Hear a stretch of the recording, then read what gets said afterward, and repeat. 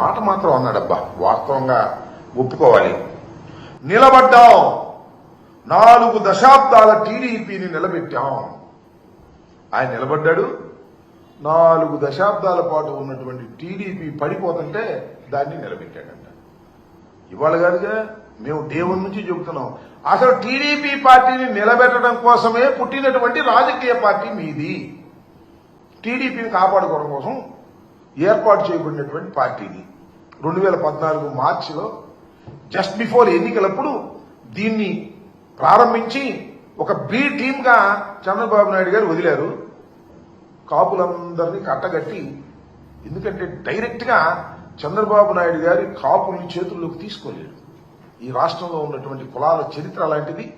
చంద్రబాబు నాయుడు గారు తెలుగుదేశం పార్టీ కాపు సామాజిక వర్గం మీద అనేకమైనటువంటి దుశ్చర్యలు చేసినటువంటి సమాజం ఆంధ్ర రాష్ట్రంలో ఉంది. అందులో డైరెక్ట్ గా ఆయనతో మాట్లాడలేరు కాబట్టి కాపులతో పవన్ కళ్యాణ్ గారిని అక్కడ పెట్టి ఆయన నుండి అట్రాక్ట్ చేసి తద్వారా తన వైపు మరలించుకోవాలనేటువంటి ఒక ప్రయత్నంలో భాగంగానే జనసేన పార్టీ ఆవిర్భవించింది అనేది ఇవాళ మేము కొత్తగా చెప్పటంలా, డే 1 నుంచి చెబుతున్నటువంటి అంశమని ఈ సందర్భంగా నేను మనవి చేస్తున్నా.